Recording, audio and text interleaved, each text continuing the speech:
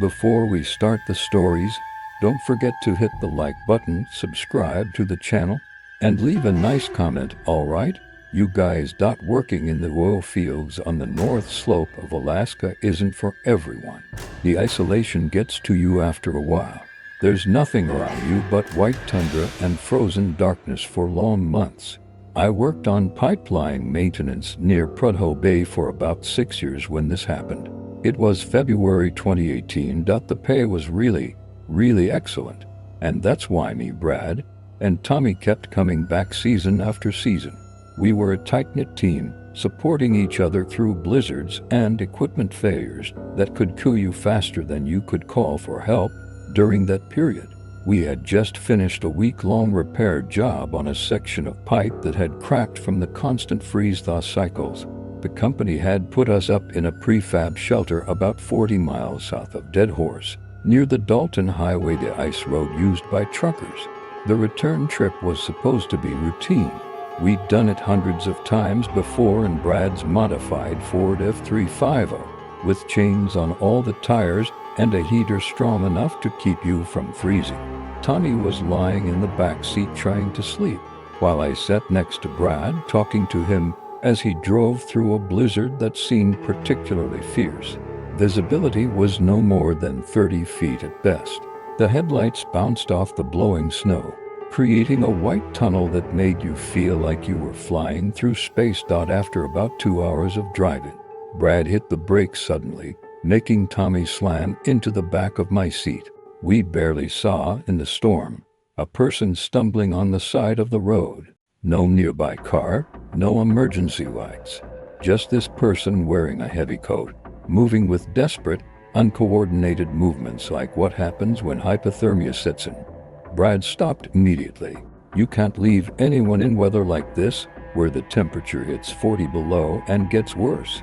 Tommy woke up suddenly, cursing the sudden stop, but he quickly fell silent when he saw what we were looking at. We sat there for 5 seconds, watching him struggle in snow up to his knees about 20 yards away. His coat was the old military kind, olive green with fur trim around the hood flapping in the wind. What immediately struck me was his gait. It wasn't the stumble of someone fighting the cold, but a mechanical, repetitive motion, like he was following a path only he could see. Brad honked the horn twice, but the man didn't even turn around. He just kept moving forward, step after step, his arms hanging loosely.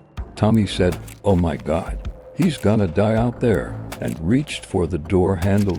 Brad put the truck in park, and we all got out. The wind hit us like 1,000 little knives. Even in our heavy gear, the cold was trying to seep through every gap. We started running towards the man, calling out to him, but our voices were swallowed by the storm. When we got within 10 feet, Brad grabbed his shoulder to stop him, and that's when things started to get weird. The man's face was pale, white as paper, but not frostbitten. His eyes were a gray, foggy color, like dirty ice, and they seemed to look right through us. He had a light 3-day beard, dark against his unnaturally white skin, and his lips were constantly moving, forming words we couldn't hear over the wind. But what made Brad take a step back was the scarred, jagged line running from his left temple to his jaw. The kind of scar that tells you this person survived something they weren't supposed to. Tommy yelled, "Sir, are you okay?" waving his hand in front of the man's face. No response. The man just stood there, swaying slightly, his foggy eyes fixed on something far beyond the storm, beyond everything. His lips never stopped moving, and when I moved closer, defying my instincts telling me to back away, I managed to hear what he was repeating. 247, 247, 247, over and over like a broken record. We exchanged looks. We'd all heard stories of people losing their minds from the isolation up here, but this was different. We felt something was wrong on a level we couldn't explain. We had to get him in the truck. Morality aside, leaving him meant explaining a frozen corpse to the police, and we didn't need that paperwork. It took all 3 of us to guide him to the truck. He didn't resist, but he didn't help either. He just let us move him like a dog. His body was stiff and cold even through the strange coat. He wasn't shivering. Anyone who lives in the Arctic knows that shivering is the body's last defense against the cold. When it stops, you're in trouble. But this man, his skin was cold as ice, and he wasn't shivering at all. We put him in the back seat with Tommy, who pressed himself against the far door like he was trying to phase through it. Brad cranked the heat to max and got back on the Dalton Highway. For 10 minutes, no one spoke. The only sounds were the air conditioner and the man's lips still moving, repeating those numbers. Then Tommy cleared his throat and said what we were all thinking. Doesn't he look like that snowmobiler who disappeared 2 years ago? The one they found his bike but never the body. Brad's grip on the steering wheel tightened. I remembered that story. Everyone in the fields knows it. In February 2016, a local man named Christopher Vaughn disappeared during a solo snowmobile trip. They found his bike wrapped around a tree about 15 miles from where we picked up this guy. There was blood on the seat and drag marks in the snow. The search teams looked for 2 weeks before they called it off. In that cold without shelter, you only have a few hours. They declared him dead, held a memorial service. His brother worked for one of the drilling companies, drank at the same bar in Dead Horse, and said Christopher had the same scar from a childhood accident with a boat propeller. Every time I looked at the silent passenger in the rearview mirror, I felt more unsettled. The same scar, the same face shape, even the same eye color. But Christopher's eyes had been brown in the photos, not this foggy gray. The shelter appeared through the storm like a metal oasis, its yellow lights barely piercing the white wall of snow. We tried to radio ahead but only got static, which is normal in such weather. The building was one of the mobile units scattered along the pipeline, just a reinforced shipping container with bunks, a small kitchen, and a comms unit. Brad parked the truck as close to the door as possible, and we prepared to move the passenger inside. That's when he spoke for the first time. His voice was rough and strange, like someone talking underwater. I can't go in, not yet, not before 2:45. Tommy literally jumped and hit his head on the door frame. But we weren't about to leave anyone in the truck to freeze, no matter what he wanted. It took Brad bear hugging him from behind while Tommy and I each took an arm. But we managed to get him inside. The moment we crossed the threshold, his body went completely limp, as if he were dead. He almost dragged us all down with him. We laid him on one of the lower bunks, and Brad went to check the radio while Tommy started making coffee. I stayed with our guest, checking his pulse slow but steady and trying to make sense of what we'd found. Under the harsh fluorescent lights, other details emerged. His nails were incredibly long, curved, and yellow, like he hadn't cut them in months. But there was no smell, and that disturbed me more than it should have. Someone wandering the wilderness is supposed to smell of sweat or something. But there was nothing, an absence of smell, like he was sterile. The pockets of his coat were empty except for one thing that made my chest tighten, a snowmobile key on a leather fob. The kind sold at the Dead Horse gas station. The leather was cracked and weathered, and engraved on it was C. Vaughn 2015. Tommy came back with the coffee, and as I held up the key, his face went pale. He set the cups down so hard coffee sloshed over. "This is impossible," he whispered. But we knew it was there in my hand. Brad came back from the radio room shaking his head. "The storm's interfering with everything. We're stuck until it passes, maybe another 8 to 10 hours. That's when the power went out. Just for a moment, but it was enough to make us all look up at the ceiling. These shelters have backup generators that kick in automatically, so power issues are rare. The lights stabilized, but something had changed in the room. The passenger's eyes were open, staring directly at the clock on the wall. It was 2:30 a.m. His lips started moving again, faster this time, repeating 2:45, 2:45. Tommy grabbed his arms hard enough to leave a mark. "We need to get out of here now, storm or no storm." But Brad shook his head, pointing out the window where the snow was falling so heavily we couldn't see the truck 10 feet away. We were trapped out, and somewhere in my primitive brain, I felt this was exactly what was supposed to happen. The next few hours passed in agonizing slowness. We took turns watching the visitor and tried to maintain some sort of routine. Brad made sandwiches no one ate. Tommy cleaned his tools for the third time. I kept checking the weather outside, hoping for any sign of improvement. The man didn't move from the bunk. He just lay there, his eyes fixed on the clock, his lips repeating the countdown. Around 2 a.m., exhaustion hit us. Tommy volunteered for the first watch while Brad and I lay down on bunks on the opposite side. I didn't think I'd sleep, but exhaustion pulled me under. I woke to Tommy shaking me violently, his eyes wide with panic. It was 2:45 a.m. Brad was standing by the door holding a wrench. "He's gone," Tommy panted. I looked away for a second to check the coffee pot, and when I turned back, the bunk was empty. We frisked the shelter. It's only 40 feet long, but there was nowhere to hide. The man had simply vanished. Then we heard it. 3 deliberate knocks on the metal door. Slow, measured, like someone who knew exactly what they were doing. 2:45 a.m. the knocking came again, this time from the north window, then the south window, then back at the door. It was circling the shelter. Something was walking outside, testing every entrance. Brad gripped the wrench tighter. "That's impossible. No one can stay out there without gear." But we all knew our visitor wasn't normal. The knocking stopped at 2:45 a.m., leaving us in complete silence. We felt it as a pressure in our ears. We stayed frozen until dawn, no one wanting to be the first to move. When the storm cleared around 7 a.m., we discovered something that made us run to the truck. There were no footprints around the shelter, none from the door, none under the windows, nothing. The snow was pristine, untouched, but Tommy never made it to the truck. When Brad and I turned around, he was gone.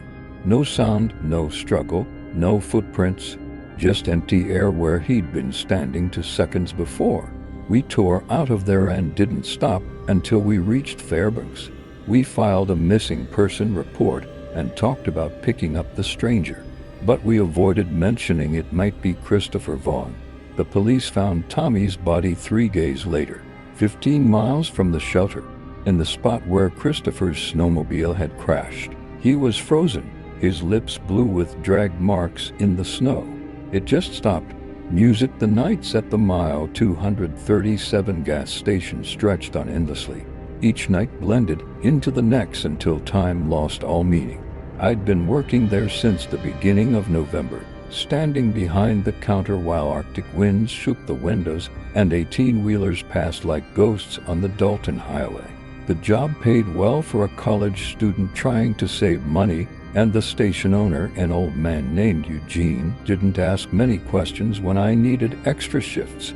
Most nights passed peacefully. Truckers getting their coffee, locals filling their tanks, maybe a tourist lost in a storm. The station itself wasn't anything special.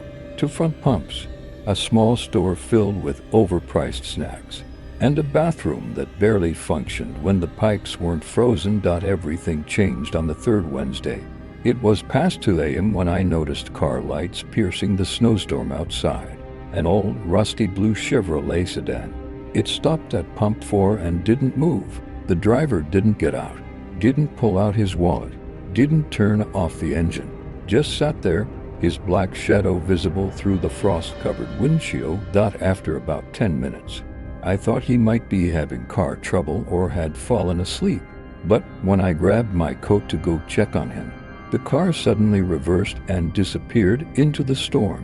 Weird, of course, but in a place like this, weird is relative. I noted it in the log book and went back to ranging energy drinks, thinking that was the end of it. The next Wednesday, a worse snowstorm hit. Visibility shrank to about 20 feet, and the wind made the building creak like an old ship.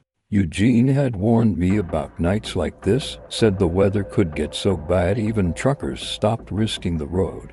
I was counting inventory in the back room when I heard a familiar engine roar. The clock showed exactly 2 a.m. on the security monitor. I saw the same blue Chevrolet stop at pump 4, same spot. The driver did the same thing. Absolutely nothing. This time, I got a better angle from the camera. The man was wearing a heavy winter coat with the hood up, his hands gripping the wheel precisely at 10 and 2. For an hour and 2 minutes, he didn't move, didn't fiddle with the radio, didn't even seem to breathe. I left him for 15 minutes before deciding to approach. The moment I stepped towards the door, keys in hand, the car's reverse lights came on. By the time I pushed through the wind and snow to reach the pump, only tire tracks remained, being erased by the storm. I felt an anxiety I couldn't explain. There was something mechanical in his movements, or rather, his lack of them.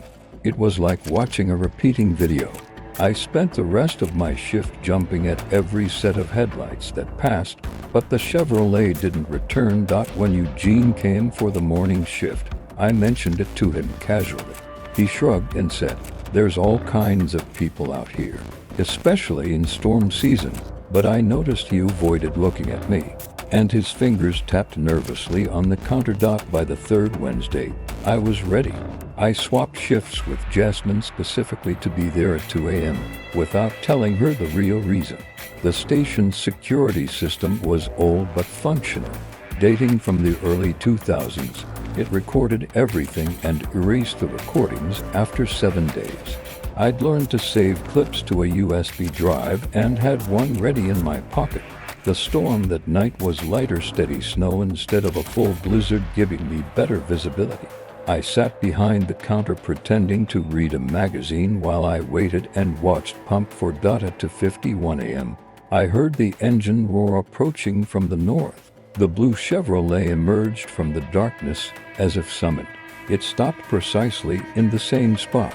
This time, I was ready with the camera controls, zooming in as far as the old system would allow. What I saw made my skin crawl. The man in the driver's seat wasn't just still. He was impossibly still. No slight movements of breathing, no change in posture, no fidgeting or checking mirrors. His face was still hidden under the heavy hood, but his hands on the wheel looked wrong. The skin was a grayish tone even with the camera's poor quality, and his fingers looked stiff, as if frozen. I recorded everything, my pulse racing as I watched him sit for exactly 10 minutes. Then, as usual, the reverse lights came on. But this time, instead of backing straight out, the car shifted slightly, and for a second, it faced the side window camera. The hood fell back a little, revealing his face, and I stumbled back into a cigarette rack. His features were human but wrong. Sunken eyes that reflected no light, skin like old leather, a completely empty expression, no life in it. The car disappeared into the night before I regained my composure. I spent the next hour replaying the recording, trying to convince myself I was misinterpreting it, that the bad lighting and old camera were tricking me. But every viewing confirmed my first impression. Whoever was in that car wasn't normal. I saved several copies of the recording and started digging through the station's old records. Months, then years. Eugene kept meticulous records in a locker behind the break room. Dusty binders filled with delivery schedules, maintenance reports, and incident logs since the station opened in 1987. I found the first mention in December 1993. A note about a customer complaint concerning an abandoned car at pump 4 at 2 a.m. The description matched perfectly. A blue Chevrolet, a lone male driver who wouldn't get out of the car. The notes appeared sporadically after that, always on Wednesdays, in winter storms. At exactly 2 a.m. the real shock came when I found a folder labeled Law Enforcement Incident Reports tucked behind the old logs. Inside were photocopied police reports, missing person flyers, and newspaper clippings. An article from January 1992 caught my attention. It was about a local man named Walter Herricks who disappeared during a severe blizzard.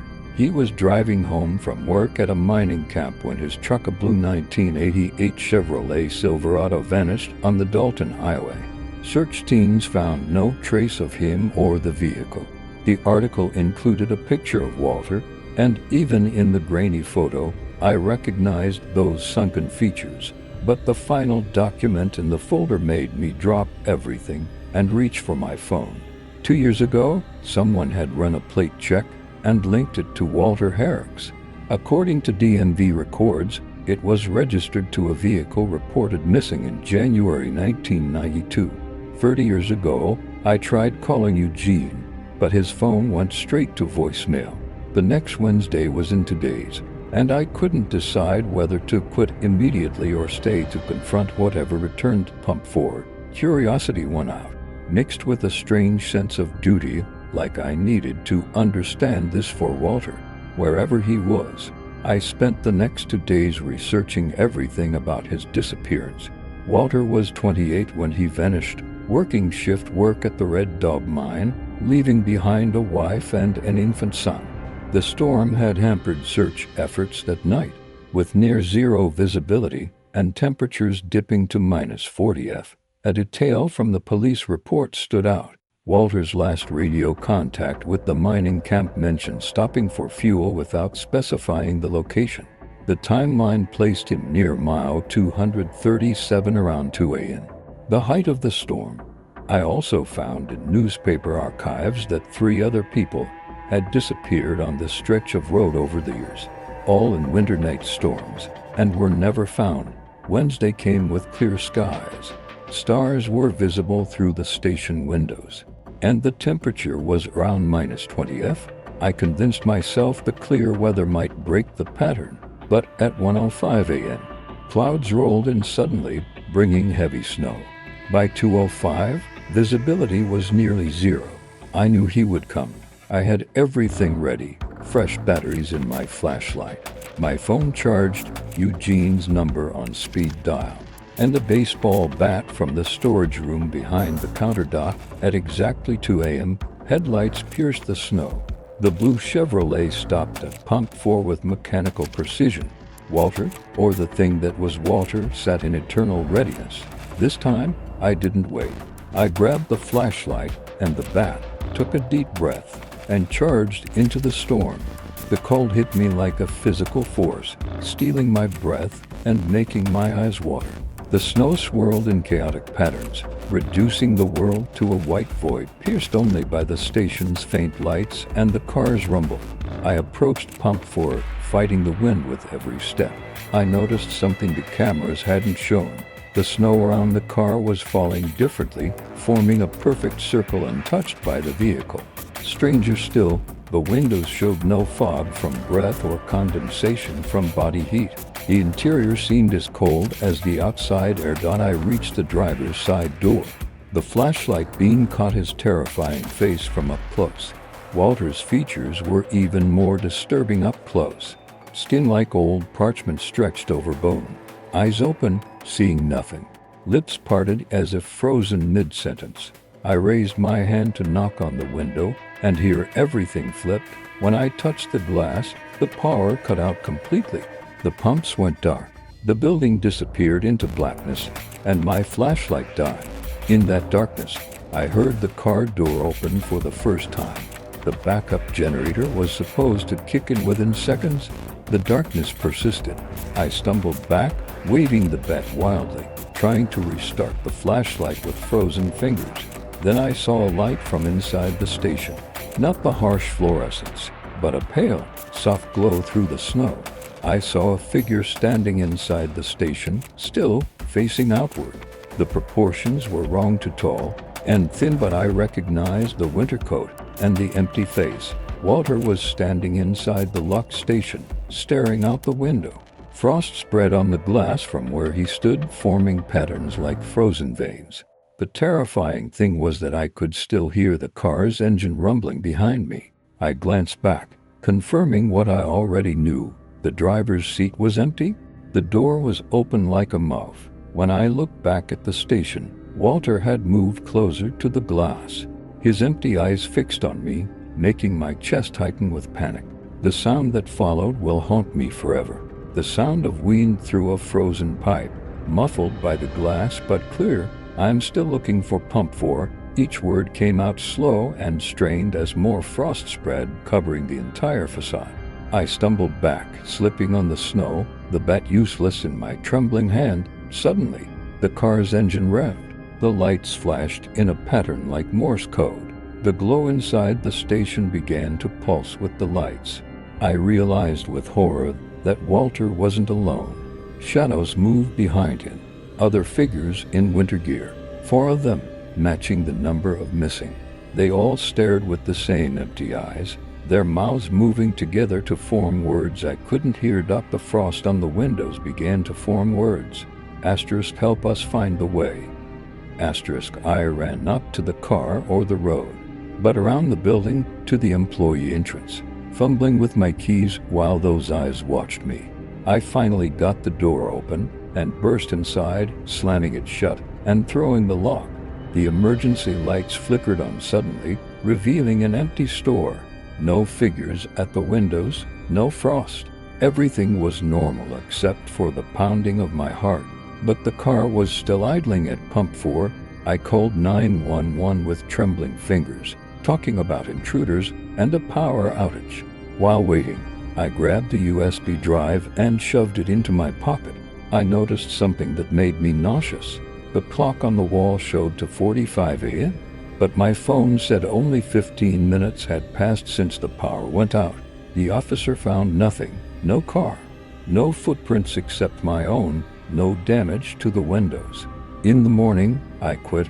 I gave my resignation to Eugene, gathered my things, and left Alaska for good. But on winter nights when the snow falls heavily, I still dream of Pump 4 and those words written in frost. I never discovered what they were looking for, and I hope I never do. In October 2019, everything changed between me and my dad. We'd been planning for months a big moose hunting trip in the Copper River Basin of Alaska. This was the first real trip my dad and I had taken together since I moved to Seattle for work 3 years ago. I'm 28, work as a consultant, and hadn't spent more than a weekend with my dad since college. My dad had been hunting that area for over 20 years. He knew every hill and stream like they were part of his backyard. We set out from Anchorage in his old Chevy Silverado, securing the rifles and camping gear carefully. We were really excited to spend 5 days away from the world. No phones or work messages. The plan was simple. Track moose, maybe get a clean shot, and enjoy the wilderness. The first day went as we hoped. We hiked about 6 miles from where we parked the truck and found a good campsite near a narrow stream cutting through a valley surrounded by dense pine and birch trees. My dad walked with confidence, pointing out animal tracks, explaining wind directions, and telling stories of past hunts. The air was cold but not bitter, about 35°F, with clear skies and amazing golden light filtering through the trees. We set up the tent, ranged our gear, and spent the evening planning the next day's route over coffee spiked with a little whiskey. Everything seemed normal and peaceful. We talked quietly about family matters, work stress, and life in general, not realizing something was watching us. On the second day, things started to get weird. After 3 hours of hiking on an animal trail through rough terrain, my dad stopped suddenly. He was staring at something about 30 meters away, his face turning from curiosity to confusion. When I caught up, I saw what had caught his attention: the remains of a caribou, butchered in a way I'd never seen before. The bones were completely clean, as if surgically clean, but the strange part was their arrangement. They weren't scattered randomly like in a normal predator attack. Instead, they formed a near-perfect circle around a flat rock, with the skull in the center, its empty eyes looking at the gray sky. The large bones were arranged like the spokes of a wheel. My dad approached the remains, running his fingers over the clean edges of the bones. After 20 years of hunting, I've seen bear attacks, wolf attacks, even mountain lions. But this is different, he said quietly. Kevin, I've never seen anything like this. Whatever did this is big enough to kill a full-grown caribou, but smart enough not to leave a single trace. We spent another 10 minutes examining the site, circling wider, but we found nothing. No fur, no blood, No tracks in the soft soil around it, not even a claw mark or scratch on the surrounding vegetation. The animal had appeared, meticulously arranged the bones, and then vanished. We tried to ignore it and continued hunting, but the discovery clearly unsettled us.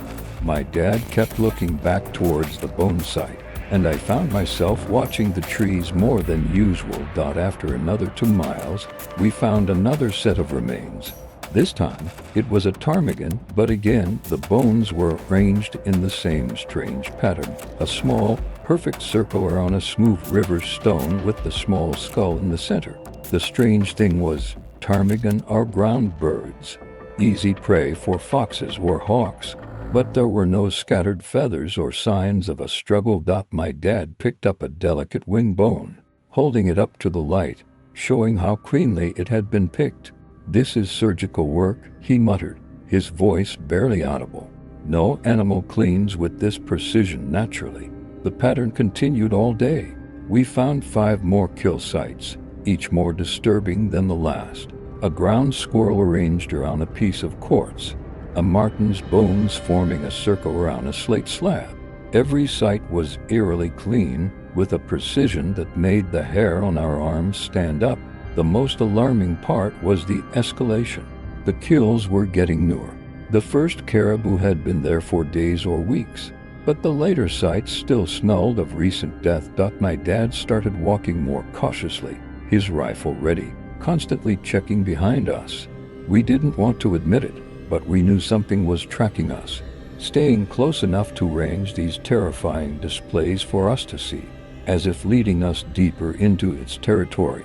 That night, we set up camp in a small, open area surrounded by dense pines. We were too nervous to go further. My dad insisted on keeping the fire going all night, and we took turns on watch, something we'd never done on camping trips before. I took the first shift, sitting with my back against a fallen tree, rifle on my lap, listening to every snapped twig or rustle of leaves in the dark. Around 2 a.m., during my dad's watch, I woke to him urgently whispering my name. When I opened my eyes, he was pointing to the other side of the clearing. His face was pale in the flickering firelight. "Don't move quickly," he whispered, "but tell me what you see."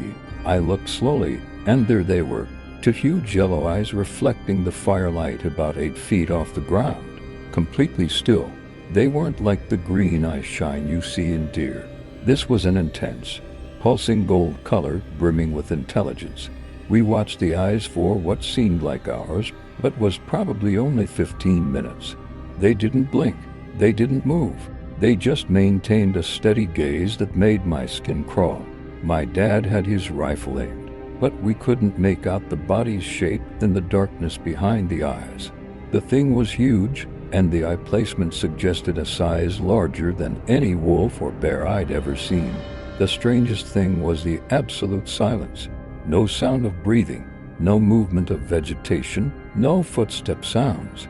Just those eyes watching us with predatory patience. When dawn began to break, the eyes vanished suddenly, as if they'd never been there.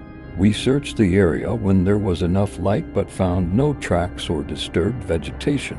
On the 3rd day, everything changed. After 4 hours of walking, exhausted from lack of sleep, we reached a hilltop overlooking the main valley. My dad was using his binoculars to look for moose signs when he froze suddenly. "Oh my God," he whispered, and handed me the binoculars with a trembling hand. "Tell me I'm not crazy." I adjusted the binoculars and saw it on the opposite hill, about 800 meters away. The largest wolf I had ever seen in my life. But it wasn't just a wolf. It was massive, the size of a small pony, with an unnaturally broad head and shoulders. Its fur was almost black with strange silver markings on its back that shimmered like metal. The wolf stood perfectly still, facing us directly, as if it had been waiting for us to reach that exact point. We watched the wolf for 2 minutes, staring at us with eyes that felt like they were cataloging every detail of us. My dad was trying to aim his rifle, but the distance was too far. Then suddenly, the wolf turned and began to move across the hill with an unnaturally smooth motion. covering ground at an impossible speed with perfect balance.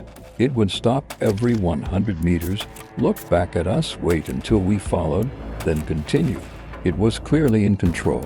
It was directing the encounter from the beginning. In that moment, I understood the truth. The ranged bones, the new kills, the night watch, and this calculated display of dominance. We weren't hunting in its territory. We were the ones being hunted. This wasn't a normal predator protecting its area.